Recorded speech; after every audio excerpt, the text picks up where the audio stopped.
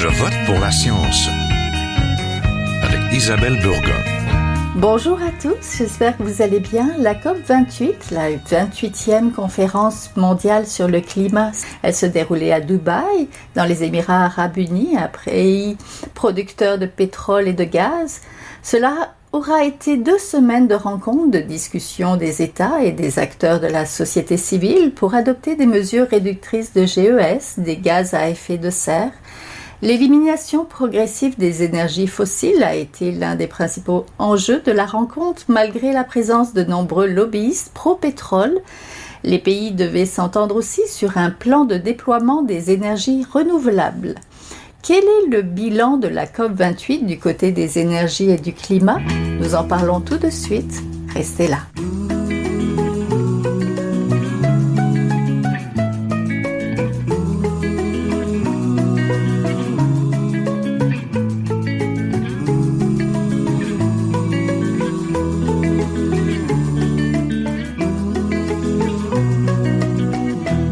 Je vote pour la science, nous retournons à la COP28, parler d'énergie et de climat. La grande conférence mondiale sur le climat se déroule dans un État producteur de pétrole et de gaz. C'était donc un peu incontournable et c'est le sujet qui nous occupe aujourd'hui. Pour en parler, je suis en compagnie d'Andréane Parent, directrice générale du projet de la Réalité climatique Canada. Bonjour. Bonjour. Je suis aussi en compagnie de Louis Beaumier, directeur exécutif de l'Institut de l'énergie Trottier à Polytechnique Montréal. Bonjour. Bonjour. Donc, la COP28 se termine cette semaine, 8 ans après les accords de Paris, où la totalité des pays avaient annoncé leur cible de réduction des GES, des gaz à effet de serre. Elle se déroule dans un État qui produit du pétrole et du gaz, et où de nombreux lobbyistes des énergies fossiles étaient d'ailleurs présents. La BBC rapportait que le président de la COP28 sur le climat, le sultan Al-Jaber, qui est patron d'une compagnie pétrolière, a même voulu en profiter pour signer de nouveaux marchés. Donc, Monsieur Beaumier, la COP28 se termine cette semaine. J'aimerais savoir si elle a rempli vos attentes jusqu'à présent. Je vous dirais que jusqu'à présent, non. C'est quand même assez désolant de voir qu'on fait autant de place à tous ces lobbyistes. C'est un peu comme si on invitait, je sais pas, les représentants du crime organisé quand vient le temps de parler de réforme de système de justice. Là, c'est un peu contre nature, tout ça. Cela dit, on peut quand même pas exclure totalement ces gens-là de la conversation, là, ne serait-ce que par le poids qu'ils représentent dans plusieurs économies, là. Mais je pense qu'il y aurait peut-être un réalignement à faire, là, puis un peu revoir la donne, puis dire, c'est d'abord et avant tout les dirigeants qui doivent se rencontrer et établir des cibles et s'entendre sur des programmes, là. Mais bon, voilà. Oui, c'est difficile de les avoir à la table et pas de les écouter aussi, j'imagine. Ouais, entre les écouter et leur faire trop de place, il y a peut-être un équilibre à retrouver, là. Ah oui. Madame Parent, vous avez participé à la conférence de la COP28, biodiversité COP15 et climat COP28, solutions et causes sous-jacentes des crises. Est-ce que vos attentes ont été remplies? Oui, alors en fait, il s'agissait cet événement-là avait lieu dans le cadre justement de la COP28 parce que on veut s'assurer, vous savez, on a adopté un cadre mondial sur la biodiversité, le cadre Kunming Montréal. C'est quand même un moment historique dans le cadre de la COP15. Et donc, ces liens-là entre biodiversité et climat, on veut s'assurer qu'ils soient maintenus dans le cadre maintenant de la COP climat qui avait lieu donc à Dubaï. Et donc, on a mis au programme un événement pour vraiment faire rayonner une initiative qui avait eu lieu à Montréal, qui était cet appel de Montréal qui voulait vraiment aborder de plein fouet les causes sous-jacentes de la perte de biodiversité et de la crise climatique. On voulait s'attaquer finalement à un système économique, un système de valeurs qui sont dommageables pour la nature, mais aussi qui reposent sur des modèles extractivistes qui sont dommageables pour le vivant en général, incluant les humains. Et donc, c'est vraiment quelque chose que on a voulu mettre de l'avant dans le cadre au pavillon canadien, dans le cadre de la COP28, pour ne pas qu'on perde de vue finalement que derrière tout ça, il y a quand même un système qu'il va falloir changer, un changement de paradigme en profondeur qu'on va devoir mettre en place. Puis dans le cadre de cette COP, c'était présent dans les conversations. Il y a beaucoup de pays qui mettent de l'avant un besoin de réforme de l'architecture financière internationale, notamment la Banque mondiale et d'autres banques multilatérales de développement. On sait qu'il y a plus de 50 pays qui sont en situation de surendettement critique et on a aujourd'hui une initiative qui s'appelle l'initiative de Bridgetown qui veut répondre de plein fouet aux besoins des pays les plus en besoin pour éviter finalement que leurs besoins en énergie renouvelable de les mettre dans une situation encore plus accentuée d'endettement.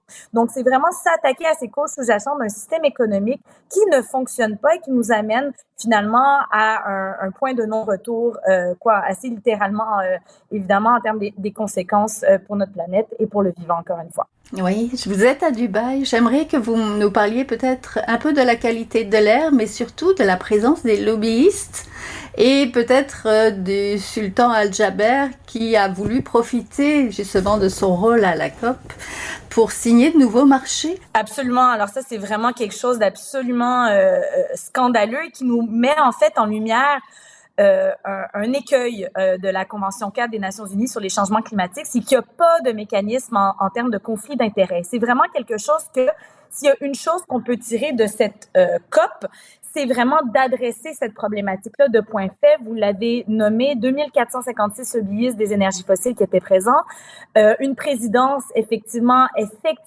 très qu'on peut critiquer finalement ce conflit d'intérêts par rapport à un État qui s'est déjà engagé à augmenter sa production en énergie fossile.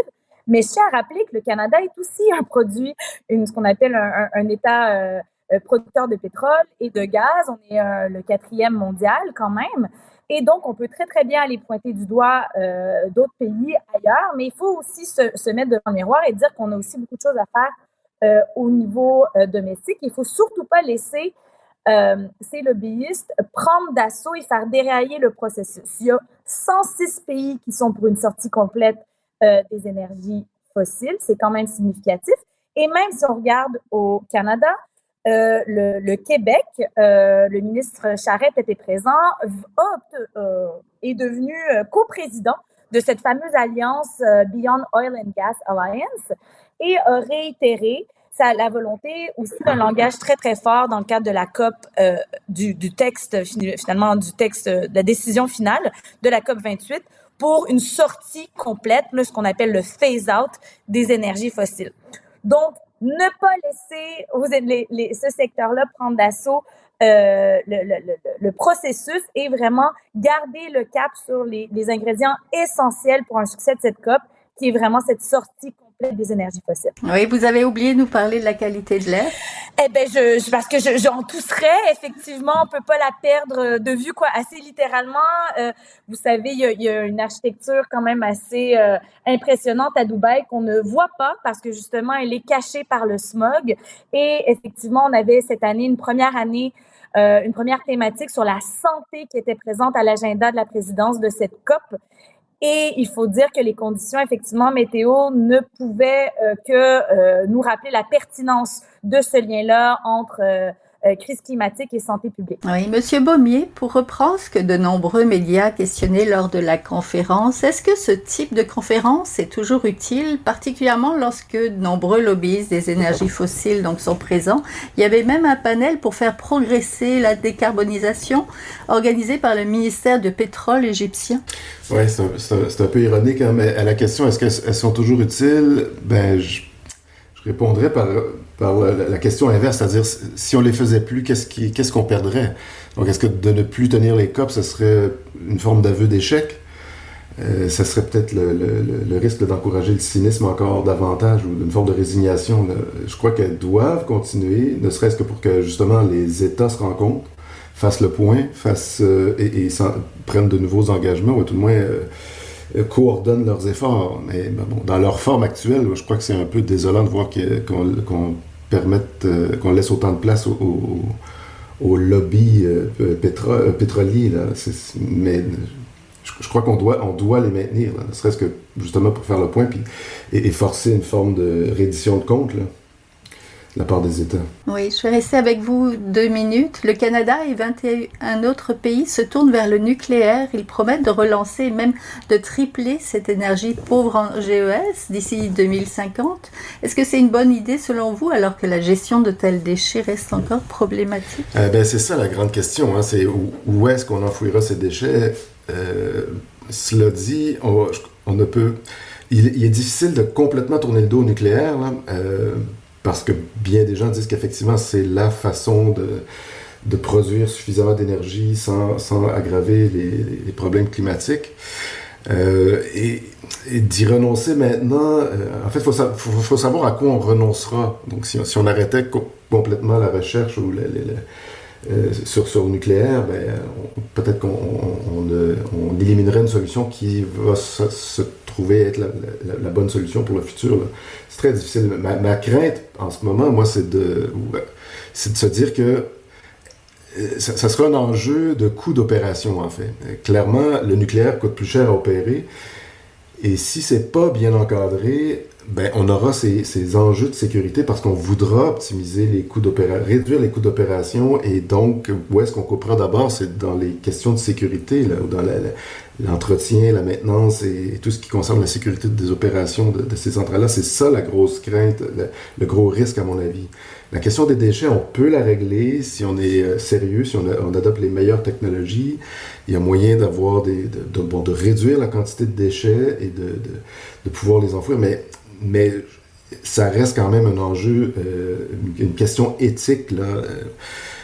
Est-ce qu'on peut engager les générations futures là, à gérer, transférer la responsabilité aux générations futures sur des milliers d'années, là? C'est une grande question. Mais est-ce qu'on doit se tourner vers le nucléaire maintenant? Comme je dis, on ne doit pas exclure la recherche sur le nucléaire, mais est-ce qu'on doit dès maintenant décider de construire de nouvelles centrales nucléaires? Ça, j'ai de sérieux doutes, là. Surtout qu'on voit qu'il y a des alternatives beaucoup moins chères que le nucléaire en ce moment. Oui, peut-être moins risqué aussi. Madame Parent, pensez-vous que le nucléaire soit une bonne voie de sortie, justement, de ces énergies fossiles? Non, pour nous, le nucléaire, c'est certain que ça reste justement dans un cadre où les coûts sont très, très importants pour une réelle mise en œuvre. Pour l'instant, la production nucléaire est pas une alternative qui est économiquement viable. Et en plus, évidemment, c'est sans compter les impacts environnementaux, mais aussi justement sur cette fameuse question des déchets. On a évidemment des préoccupations très importantes sur où seront mis ces déchets-là, et on rejoint comme alliés plusieurs nations autochtones qui se préoccupent en fait quelles seraient celles qui, encore une fois, seraient celles qui se retrouveraient les plus disproportionnellement impactées, qui leur territoire seraient ceux qui seraient les hôtes, entre guillemets, de ces déchets nucléaires. En parlant avec des collègues japonais, évidemment, dont le pays a aussi fait une annonce en ce sens, là, fait partie de cette, je dirais, la gang des 22 pays là, qui se sont mis d'accord pour tripler la capacité nucléaire d'ici 2050.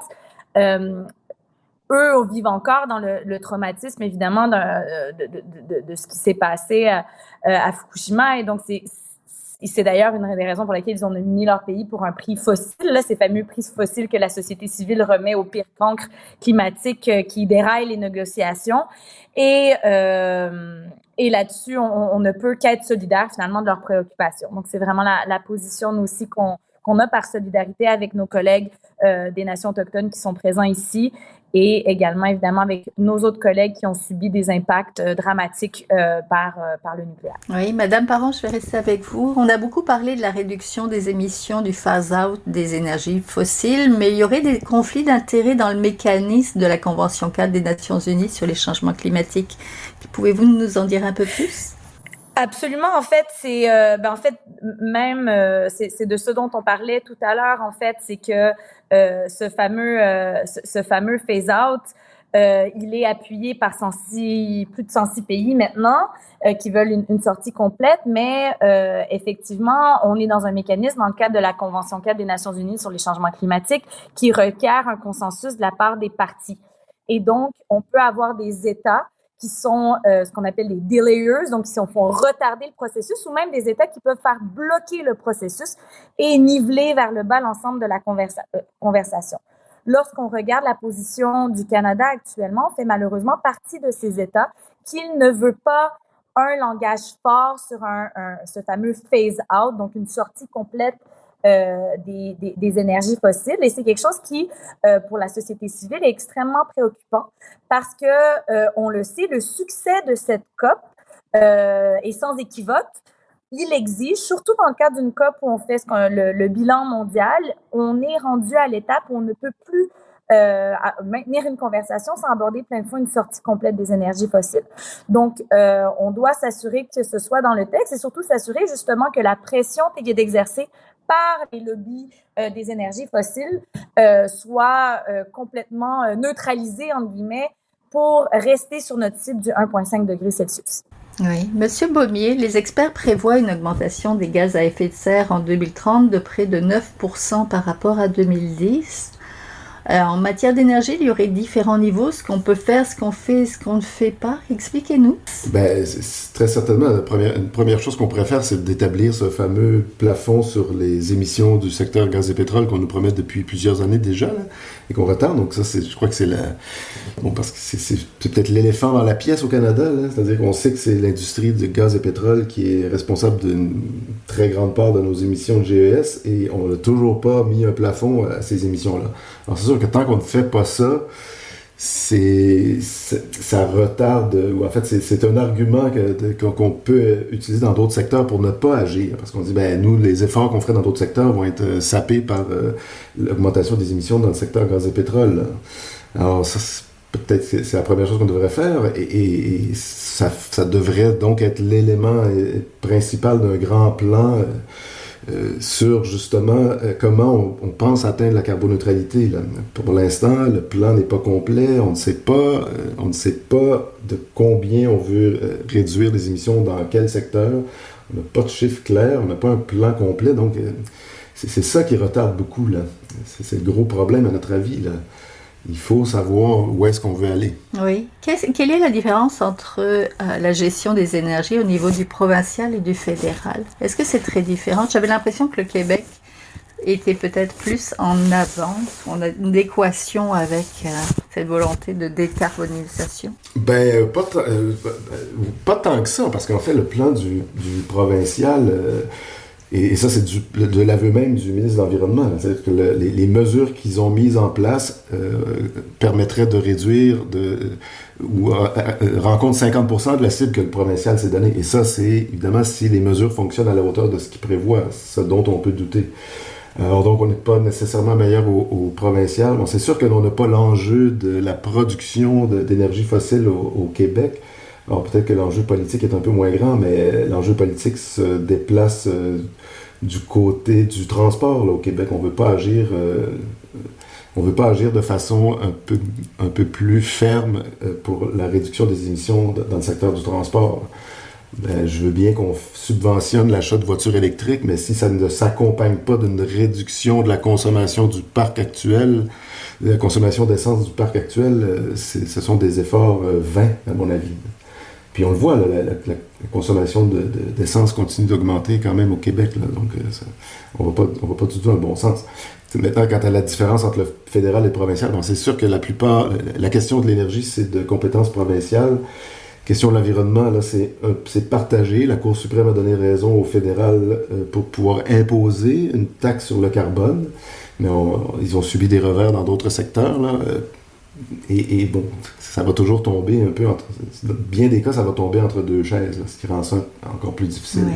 Il y a la nécessité d'accélérer l'élimination progressive de la production d'électricité à partir du charbon. C'est ce que soulignait le ministre Guilbeault le 5 décembre dernier.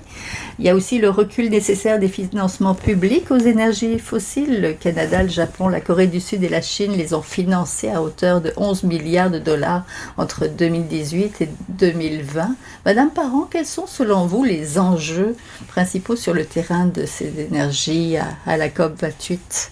Ce pourquoi on est très mobilisé là, sur la question de la réduction des émissions, encore une fois, c'est vraiment de tripler la capacité en énergie renouvelable sur un horizon 2030, puis aussi doubler l'efficacité énergétique pour 2030. Ça, évidemment, là, je le note parce qu'évidemment, c'est lié à la question, mais ça doit s'accompagner d'un financement adéquat, donc en termes de financement à l'adaptation, à l'atténuation. Et justement, un autre des gros aspects là, qui étaient présents à cette COP sur la question du financement également des pertes et dommages.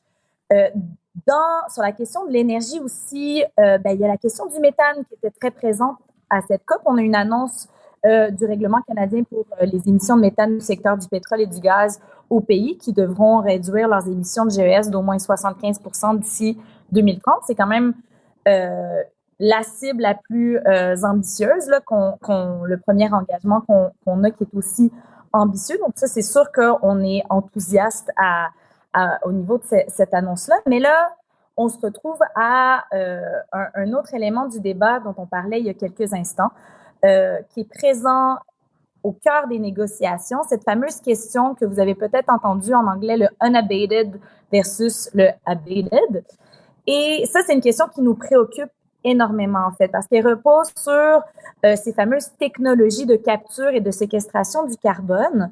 Et les données qu'on a jusqu'à présent, c'est qu'effectivement, ces technologies-là ne sont pas au point et coûtent extrêmement cher. Une analyse qui est sortie cette semaine du Oxford University Smith School parlait de 1000 milliards par année pour ces technologies-là, puis un autour de 186 milliards d'émissions additionnelles de CO2 qui seraient présentes en 2020 et 2050, selon cette fois-ci une analyse du Climate Analytics. Et évidemment, ça nous empêche de rester sur notre cible du 1,5 degrés Celsius. Alors, ce qui est au cœur de ces questions d'énergie, c'est qu'on n'a pas le temps de rêver de fausses solutions un peu magiques. On doit se reposer vraiment sur les éléments qu'on maîtrise. Et ça, c'est vraiment une sortie des énergies fossiles. On doit aller à la source et pas aller dans des espèces de chimères qui sont potentiellement prometteuses dans plusieurs années d'ici. On doit attaquer le problème dès maintenant et malheureusement, c'est là-dessus que les négociations comment je pourrais dire oui, exactement, où il y a comme une espèce de schisme entre ces États, ces partis qui sont pour une sortie complète et d'autres qui sont pour une sortie progressive. On l'avait vu à Glasgow. C'était la première fois qu'on nommait clairement, cette fois, si c'était le charbon, une élimination progressive du charbon.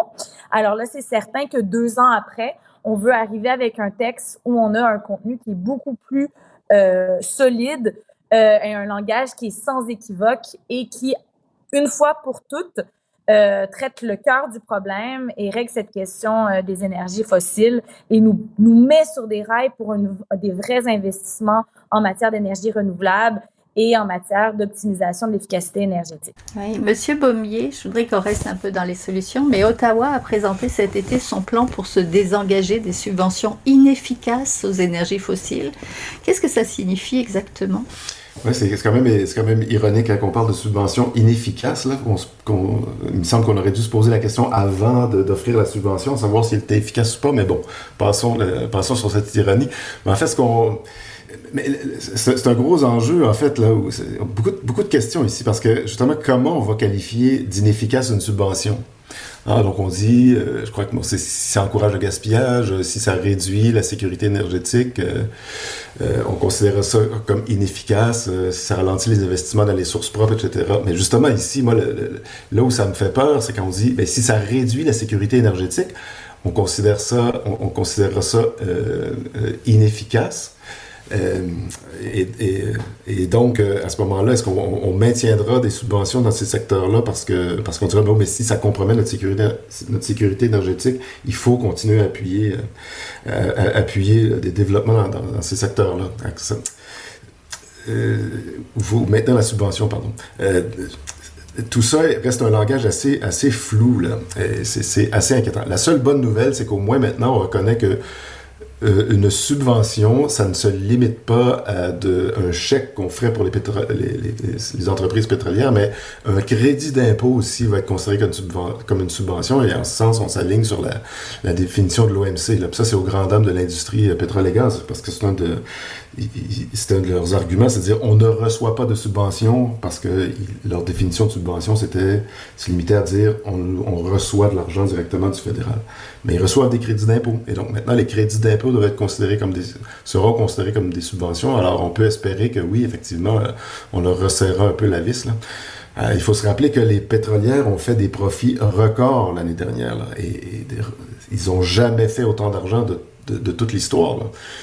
Et alors qu'on espérait que la pandémie aurait créé une espèce de choc systémique et qu'on se serait engagé dans une voie différente, là, clairement, c'est pas le cas, là. Alors, c'est un peu ironique là, de voir, excusez-moi, qu'ils ont fait des profits records et qu'en plus, et pour faire le lien avec le sujet précédent, dire on va leur donner des subventions pour le développement de systèmes de capture et de séquestration du carbone. Moi, ça me paraît complètement contre-productif, là. Oui. Madame Parent, je vais terminer avec vous. Il y a aussi la nécessité d'adopter un plan de déploiement progressif des énergies renouvelables. Où est-ce qu'on en est du déploiement de ces énergies-là qui viendraient remplacer les énergies fossiles? Ben effectivement, on est sur sur des plans pour des investissements majeurs dans ces secteurs-là. Et donc c'est des choses qui sont prometteuses, mais sur lesquelles effectivement on doit rester extrêmement vigilant. La question du gaz au Canada reste quand même une préoccupation importante. On présente souvent le gaz comme une énergie de transition. Or, on sait très très bien que effectivement c'est une énergie fossile également, et donc on doit sortir de ces énergies là, et de la même manière, on doit s'assurer effectivement qu'on n'arrive pas avec des fausses solutions, c'est-à-dire qu'on investit réellement dans les énergies renouvelables et non pas dans des, comme je le disais, des technologies de capture et de séquestration du carbone. Donc, ça va être vraiment là-dessus qu'on va devoir concentrer notre attention de façon claire et nette au Canada, mais il y a un grand potentiel en ce moment. Il y a vraiment un momentum aussi d'un point de vue économique. On a un moment aussi où ces énergies-là renouvelables sont de plus en plus abordables. Et donc, on est à un moment charnière, finalement, pour passer à cette étape supérieure, à ce changement de paradigme, et vraiment arriver dans un monde où, effectivement, on se rapproche du net zéro, et on est sur une trajectoire de 1,5 degré en termes d'augmentation de la température. Oui, un monde qu'on espère pas si lointain finalement, et accessible et atteignable, on va dire ça comme ça. Bon, merci beaucoup. On était en compagnie d'André-Yann Parent, directrice générale du projet de la Réalité climatique Canada, et de Louis Beaumier, directeur exécutif de l'Institut de l'énergie Trottier à Polytechnique Montréal. Bon, merci beaucoup. Merci à vous. Merci, bonne journée. Voilà, c'est tout pour cette semaine. À la régie, Daniel Fortin. À la recherche cette semaine, Fanny Roubarcher. À la réalisation et au micro, Isabelle Burguin. Je vote pour la science est une production de l'agence Science Presse avec la collaboration de la Radio VM. Réécoutez l'émission, partagez-la sur vos réseaux favoris. Visitez aussi la page de l'émission sur le site de l'agence Science Presse au sciencepresse.qc.ca. Passez tous une très belle semaine à notre antenne. Jin Jiahua est un chercheur typique